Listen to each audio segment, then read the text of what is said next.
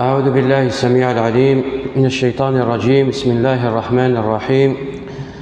الحمد لله رب العالمين، والعاقبة للمتقين، ولا عدوان إلا على الظالمين، وأشهد أن لا إله إلا الله وحده لا شريك له، إله الأولين والآخرين وقيوم السماوات والأراضين، وأشهد أن سيدنا ونبينا محمدا عبده ورسوله وصفيه وخليله وأمينه على وحيه، بلغ الرسالة وأدى الأمانة ونصح الأمة وكشف الغمة، وجاهد في الله حق جهاده حتى أتاه اليقين، صلوات ربي وسلامه عليه وعلى آله وصحبه ومن تبعهم بإحسان إلى يوم الدين، وسلم تسليما مزيدا. ثم أما بعد، إذن سيغيثنا المجلس الثالث من مجالس التفسير من تفسير سورة الكهف.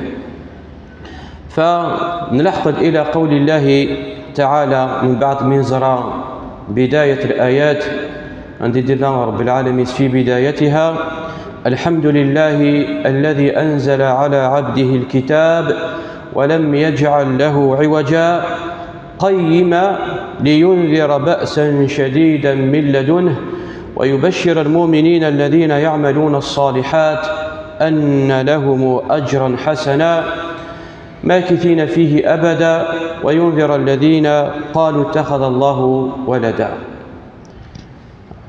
نكمل يثمى تفسير آية سنة ثلاثة أنضخت في الحال إن شاء الله. نكمل أقلغ كنيس قارن يثمى ديما وحيد لوال رب العالمين، وحيد القرآن الكريم أقلق تجري يثمى ذا الخير كندي قال النبي عليه الصلاة والسلام: ما اجتمع قوم في بيت من بيوت الله يتلون كتاب الله ويتدارسونه فيما بينهم إلا غشيتهم الرحمة. الحديث اللي قال النبي عليه الصلاة والسلام: من جمعنا القوم بخمر رب العالمين قرنا ولا رب العالمين يتدارسونه فيما بينهم، نقرا ولا ربي نبغى نفهم ولا ربي شو غيدينا ربي شو غيد المبتغى، يتدارسونه فيما بينهم إلا وغشيتهم الرحمة. تنزلت فلسن الرحمة، تنزلت فلسن السكينة، وضطرت الملائكة، وحضرت الدروسيين المجالسيين الحلق العلمية إلا يطلبونها الملائكة. قال النبي عليه الصلاة والسلام: اسمها يسنت السفرة، نوع من الملائكة غير السفرة أندي لمجلس علم، أندي لا حلقة إلا ودزلن ودلعين يكيطون وكندسن أضحضرن الخيرين. ولهذا نغدا يثمى أقلى ديما وحيد الخير. فغنى رب العالمين قيما نظرات شو معنى بالدراسة عندنا شو معنى قيما، وهو تأكيد قوله تعالى: ولم يجعل له عوجا، أي أن القرآن جعل رب العالمين مستقيم.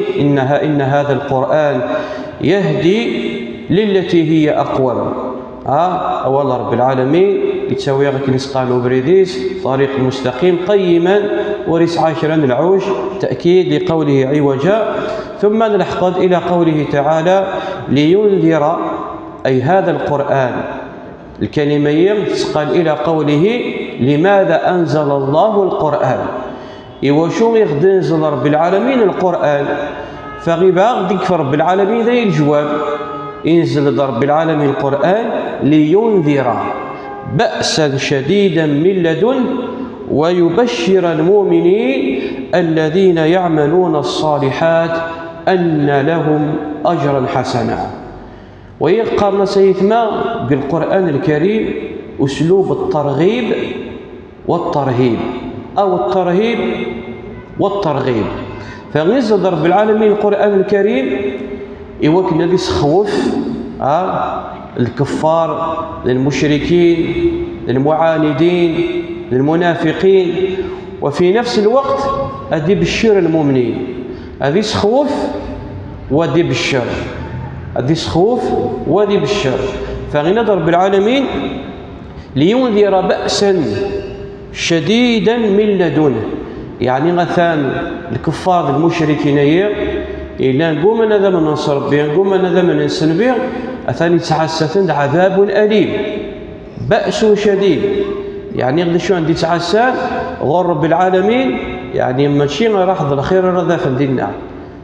تعسثن ذا نكثا غيث تمقرات أيا قريف إنسان، بأس شديد لينذر القومية أنه يتعسثن بأس شديد، عذاب أليم، وهو جهنم والعياذ بالله. فويل جزاء الظالمين، يدينا رب العالمين جزاء الظالمين والكافرين والمشركين جزاء يسن جهنم وبئس المصير.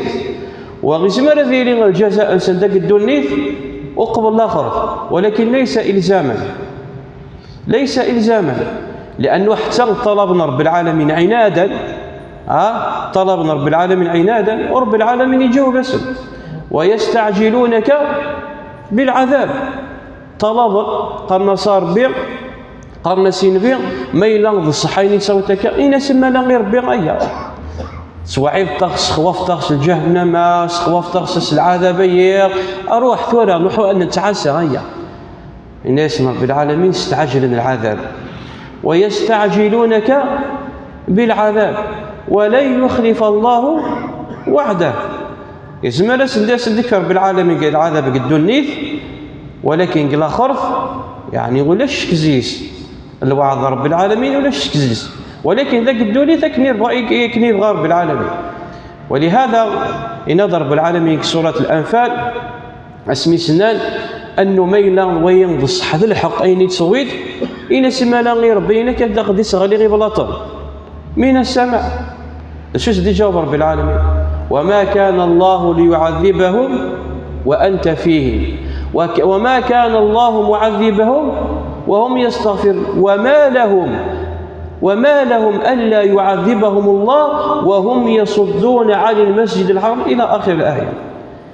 يعني أنه العذابية يزمر ذي ذاك الدنيا أكني يعذب رب العالمين الأقوى ميتا، كني يعذب رب العالمين قوم عاد يسد بحرير يوثل، كني يعذب رب العالمين قوم صالح تغريد فلس صاعقة من السماء، كني يعذب رب العالمين قارون سبلعيث القاعة، كني يعذب رب العالمين فرعون سبلعيث ثوامن وغير ذلك من الأقوام إلى البلك من الأمم ومن الأنبياء يخدح كلام رب العالمين، لن من الأنبياء وخدح كلام رب العالمين القرآن الكريم، منهم من قصصنا عليك ومنهم من لم نقصص عليك.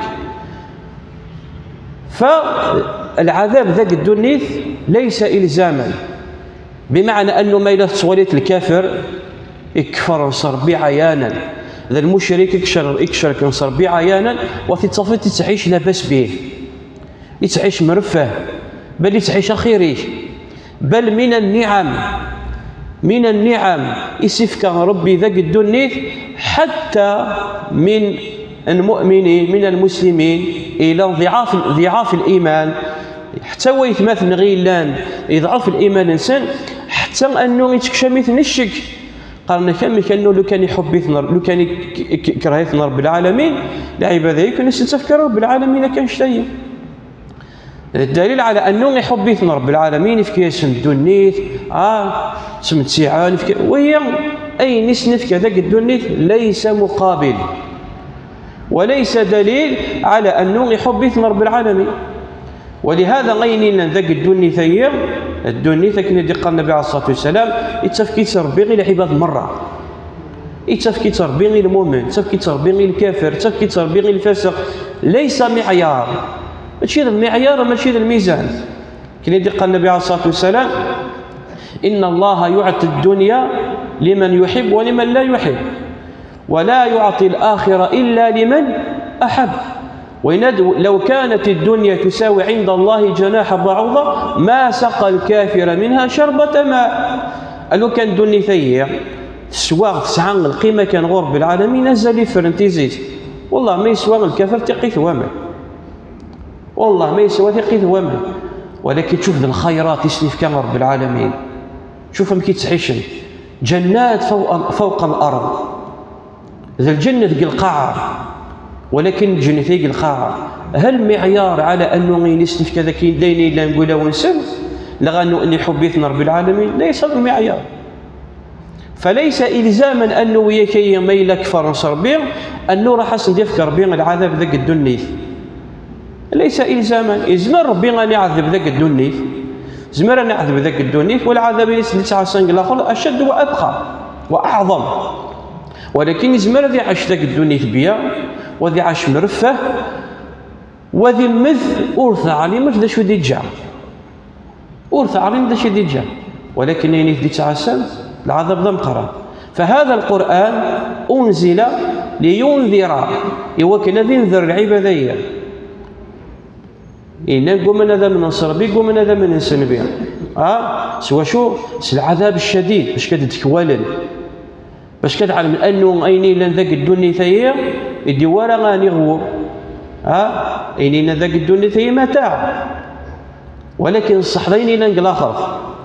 فما إلا غير كيقدر بالعالمين المتاع ذاك الدنيا ثيا صروحة الآخر فيه ورث ربحت ولا ذكرى.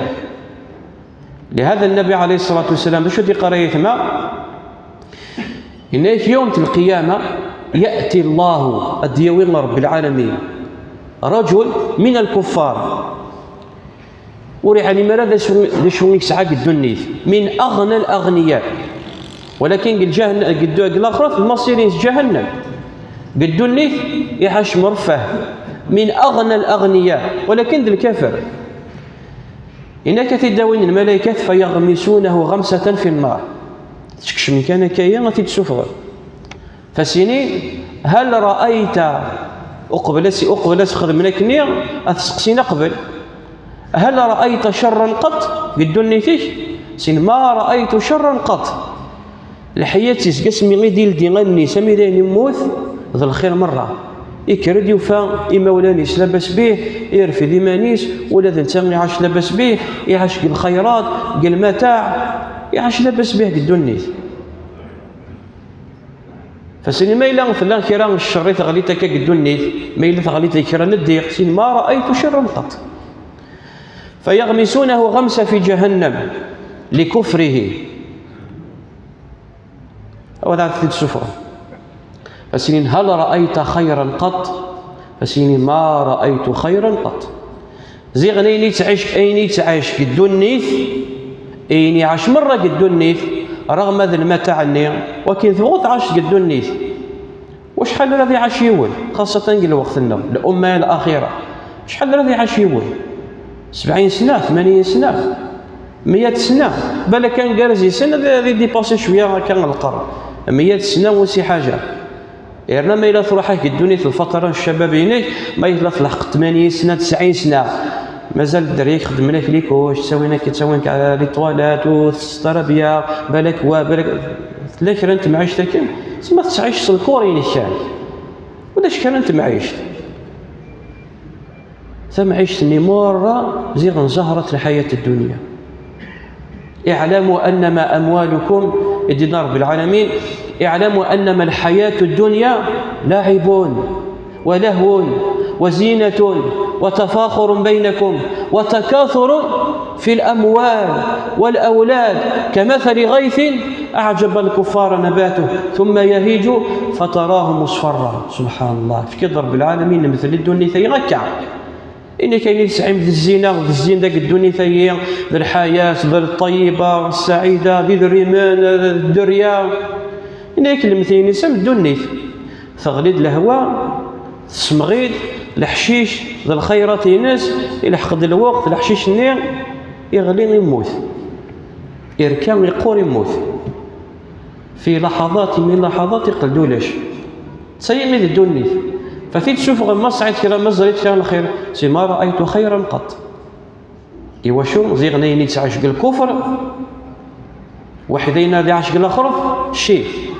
ولهذا لينذر بأسا شديدا أنه غاني يحذر عذاب الآخرة أنه العبد لقد يقضى الآخر لقد يقضى ربي شو راك هي رب العالمين لينذر بأسا شديدا ويقرنص الترهيب لقد يسخو في العبد تخويف رب العالمين شد يقار مرد يفكر رب العالمين زلزلة تيكيك آية من آيات الله، زلزلة، جنود من جنود الله، زلازل، براكين، فيضانات، تيكيك الآية من آيات الله. إوا شنو تتفكر رب العالمين؟ هناك رب العالمين وما ننزل من آية إلا تخويفا، إلا تخويفا، يسخوف رب العالمين يجيس العباد ديال الناس حتى لو كان ذيل من المؤمنين. شي معناتها إلا قضي الإنذارية أنه للكفار، صح الأصل ديال للكفار، لأنه ما إلا غير الشرك الكفر سينا غيتساوى غير، ولكن المؤمن ساعة من زمان يغفل، تتساوي الدنيا هكايا فيك اللحشيطة، تتساوي الدنيا شهوات وشبهات، ملذات الحياة الدنيا، معاصي، محرمات، هذه تعيش مستنقع من المحرمات والمعاصي، تعيش بسخط رب العالمين. ساعة كنا كدير تذكر رب العالمين آية يوكيني وشو باش كتحوال المؤمنين، باش كتحوال المؤمنين هذا تحوال. وهذا حقيقة لا يتم، حقيقة مرات الزلزال ذيني من عاش مؤخرا ولا شو نقعوش نرى كاين شتايا اسمر ذي آية من آيات الله تحريشن ولون تحريشن أتصفت ذسكرا يتشهد أشهد أن لا إله إلا الله وأشهد أن محمد رسول الله. الدليل على أنه إلا الخير يقول إلا الإيمان يقول شو الإيمان اللي كان يتحف نارث دي حرشن يتحف نارث دي سالين، لأنه الإيمانية يزمر غادي ينقص يزمر ديالي فغيتحف دا شو راه غادي سالين الإيمانية.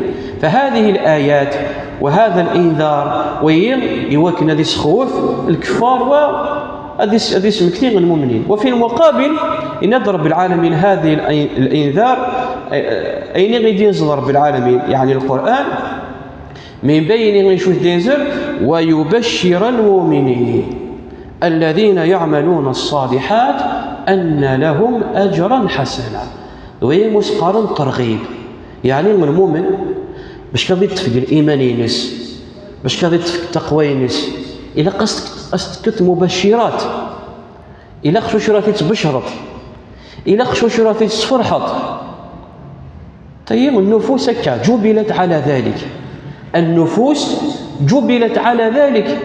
الشيء هذا ميش مرضي لي مزيان يقرا العالي ساعه غادي تبشرط، العالي ساعه غادي تفرحط، امش واش باش كتكوراجيت في القرايه ناس، باش كتشجعط، باش كتعط لا فولونتي، باش كيقيم بالمستوى اللي ديما المستوى اللي ما إلا تنجحت سكاسيه، ما إلا ثويت المعدلات سكاسيه، اثنا قد على هديه كذا وكذا. وعد مني انه سعيت يوث الهديه مفاجئه للعاليت ما راستينا التكيه قال مورالينس مورال مو غادي لي غادي يرنو شويه قال مورالينس اثي تشجعات صعيد كذا وكذا ويسقى التبشير رب العالمين شو غادي تبشير ويكني يخدم الصالحه ان لهم اجرا حسنا. شو الاجر الحسن؟ الاجر الحسن يتم هي الجنه، واعظم من ذلك من الجنه شو هو رؤيه الله عز وجل. الاجر الحسن ذا الجنه انه المؤمن يخدم الصالحه شو راه تبشر بالعالمين.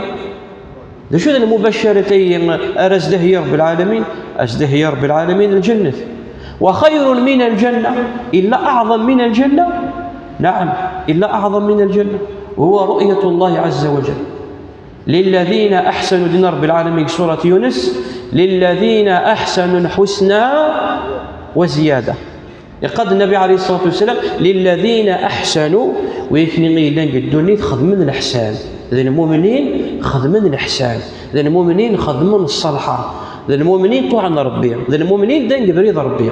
للذين أحسنوا الحسنى قال الحسنى هي الجنة وزيادة. شو الزيادة اللي غادي يذكر رب العالمين في الجنة؟ هي رؤية الله عز وجل. إذ قال رب العالمين في سورة القيامة وجوه يومئذ ناظرة إلى ربها ناظرة. يعني قال الجنة تجعل رب العالمين كما ولانيس قال الجنة إما ولان المؤمنين شبحان وجوه يومئذ ناظرة بالضاء من النظرة، النظر يعني الشبحة، أسنفك رب العالمين المؤمنين الشباحة قد ما وانسا، أسنفك النور، أسنفك ثفاف، ثم ناظرة إلى ربها ناظرة غطلين رب العالمين. ويجي القرآن الكريم مسقر أسلوب الترهيب والترغيب هذا هو نهج النبي صلى الله عليه وسلم. أكن يكسدون النبي وكان يديوي غادي يدون المؤمن، لأنه أكس خوفه وأكس فرحه، أكس خوفه وأكس طمعه، وهي مسقط شو صغانية ما وهي في الحاجة إلا قنعلم شراويت مثلنا ما ينغي تعيش قيوتنا الجهة راح يهلك يتسدون على الهلاك أمو يطيط يكتفر فيرن سين يفراو لأن مستحيل أي يطيط هذا الفر سيون يفر ما ينغي الرزيون يفر ولا تفر فيرن ولا ذا المؤمن هكا ما يثمن على ذي الدون إلا قد يدون سين يفراو تتخوفط وتتصفرحط. الرجاء والخوف، الرجاء والخوف بمعنى هو الميل اللي تدوم في يوث الكوطير. قال مثلا الرجاء يرجو من الله رحمته، يرجو من الله عفوه، يرجو من الله كرمه، اطمع بربي. ذا شو طمع ينس يزاد، طمع ينس يغلب الخوف ينس. بمعنى ويض مغلط صفت يخدم في وغا بزاف يسروي انت بزاف مرسيت يا عبد الله اكثر ربي اني خدمتك كاين وري ضر ربي في الله اثناك داوي سخط ربي العذاب ضم قران يا اكل الربا او انك تسن الربا او انك تشرب او انك تشرب ماشيني ولا ربي غفور رحيم. كاين ربي رحمه يستوي سعاد ايوا شو شي تسخوفت كان ربي رحمه يستوي سعاد.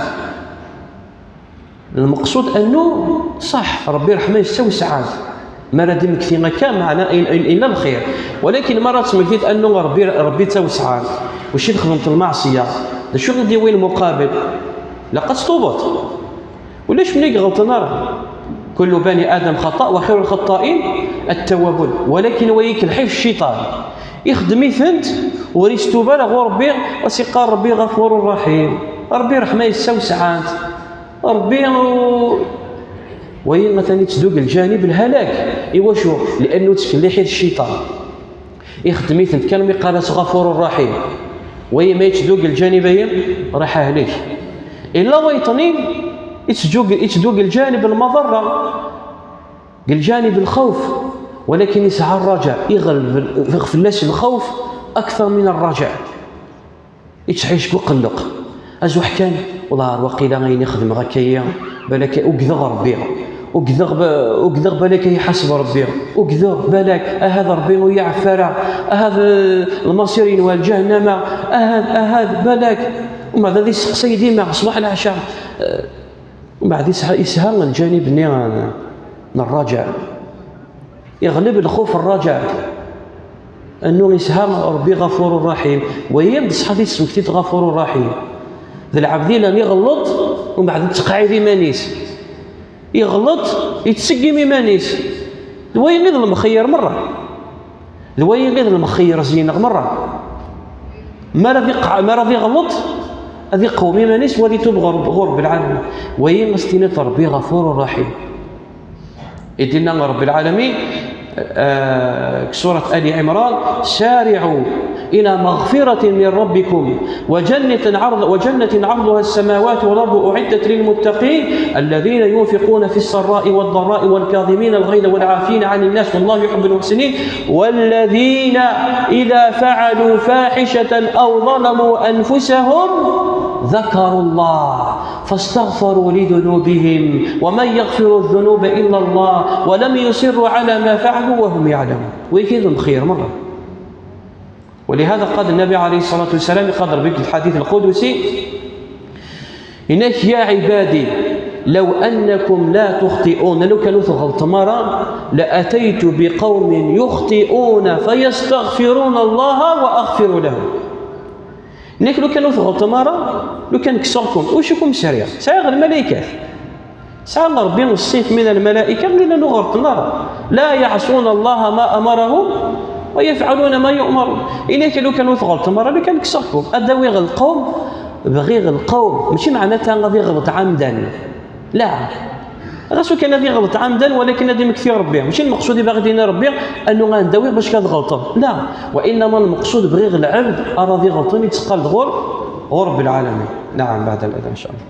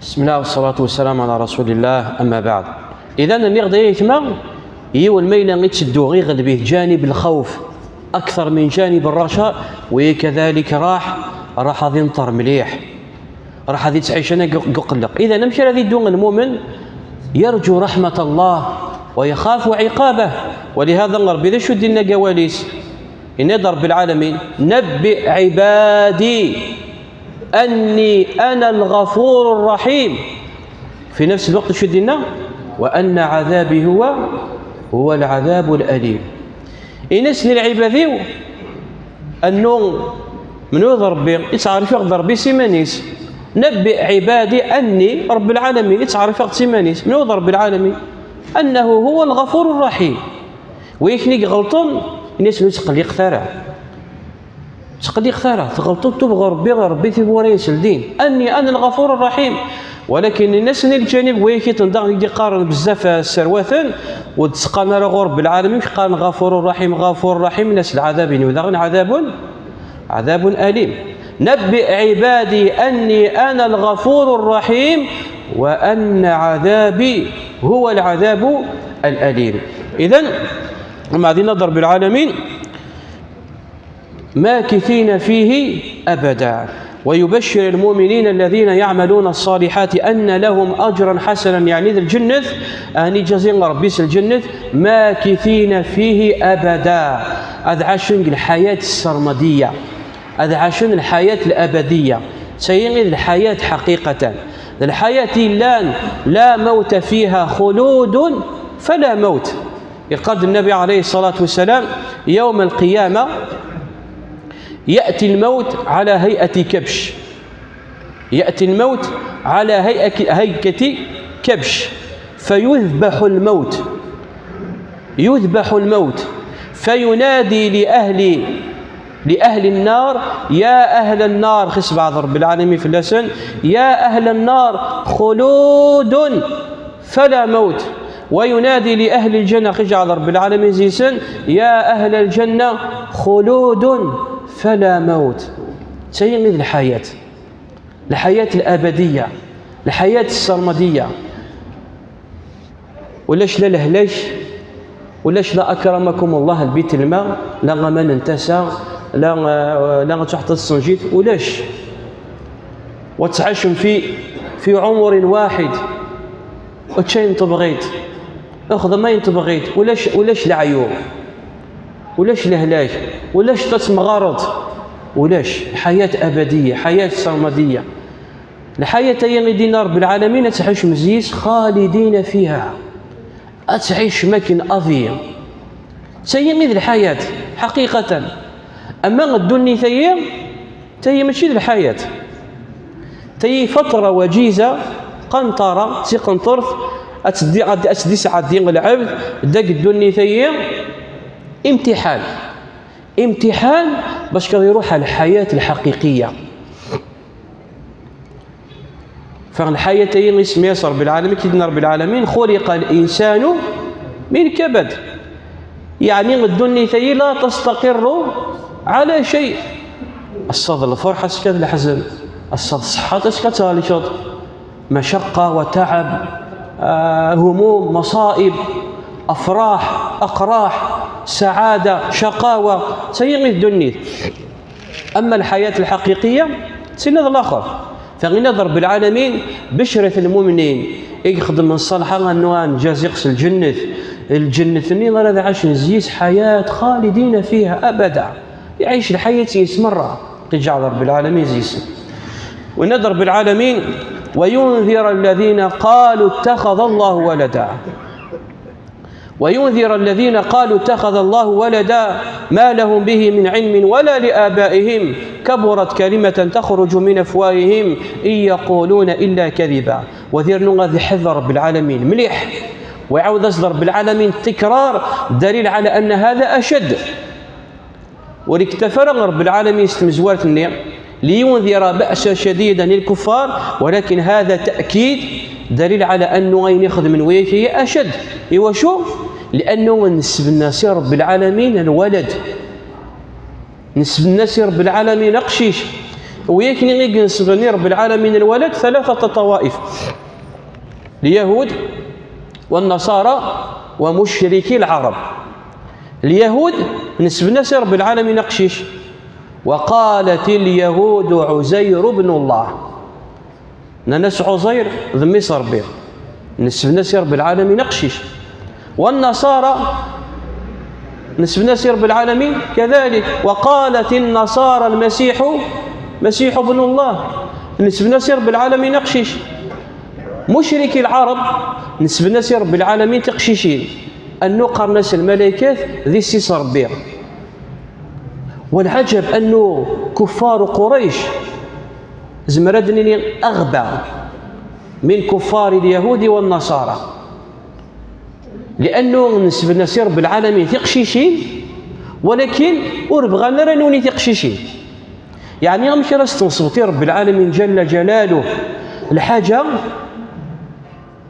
وشي تبغوا ترى، هل يا ربي يا ترى أنه ربي غادي يبغوا كيشني واش تبغوا ترى؟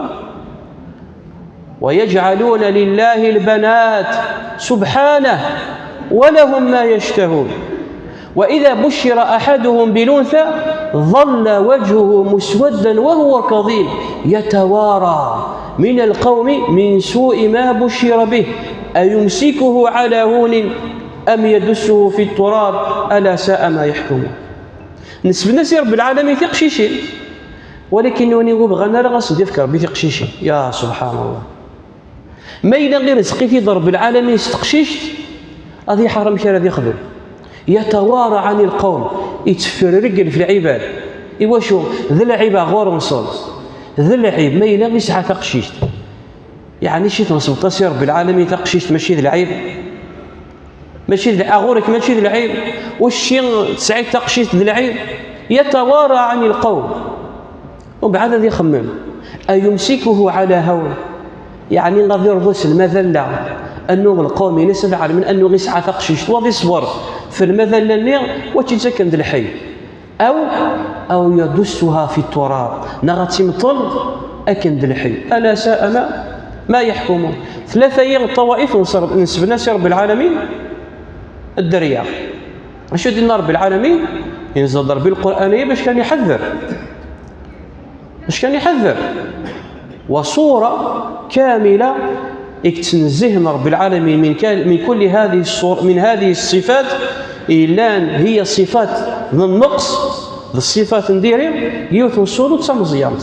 وين راه تقرا أما كان يقرا أما كان يقرأ 20 حزب هي تعدل ثلث القرآن، وهي سورة الإخلاص. قل هو الله أحد الله الصمد لم يلد ولم يولد ولم يكن له كفوا أحد. فغنزل رب العالمين كاشتغي وينذر الذين قالوا اتخذ الله ولدا ما لهم به من علم ولا لآبائهم. أردو وينس الأخبار ورسعين شران العلم لا ذنوه النيم لا ذي مولا نسن ولا جديد نسن ولا الجدود نسن، وإنما ورث توارثوه. ظلهضور كان وين يتفكي تيوا وسعينا لك شران العلم مزيس، شران الدليل شران البرهان أنه غذبنون العلم نيفو كاشتني. وكان تعال ما يثمى العلم شو يبنى؟ يبنى في الدليل، يبنى في الحجة، يبنى في البرهان، ولكن هم توارثوه. وين يجد سيدي وين يجد سيدي وين بابا سيد سيدي ميسير في تاوا وغير في تاوا. ولكن وسعنا لك ران العلم أسكن حقيقة ما لهم به من علم ولا لآبائهم. وما إلا تروحط تهضر تصل تنصح طيفا أكيني ما كنشتغل فانكني ما ولا النغ أكنشتغل فانكني الجدود النغ وين إذا الدين ما ولا النغ وين الدين الجدود النغ. ولهذا من الناس رب العالمين وإذا قيل لهم اتبعوا ما أنزل الله شو زدنا قالوا نتبع ما وجدنا عليه آباءنا. أن تبعث أي نغد الجن مولانا النغ أي نغد الجن الجدود النغ. ولهذا غيث مع ثين مصغر ثجديث ليس بمقياس. فجدثي ليس بمقياس، وإنما المقياس أين غيد النربي غين غيد النبي أين يكسر ضو النربي وين غيد المقياس.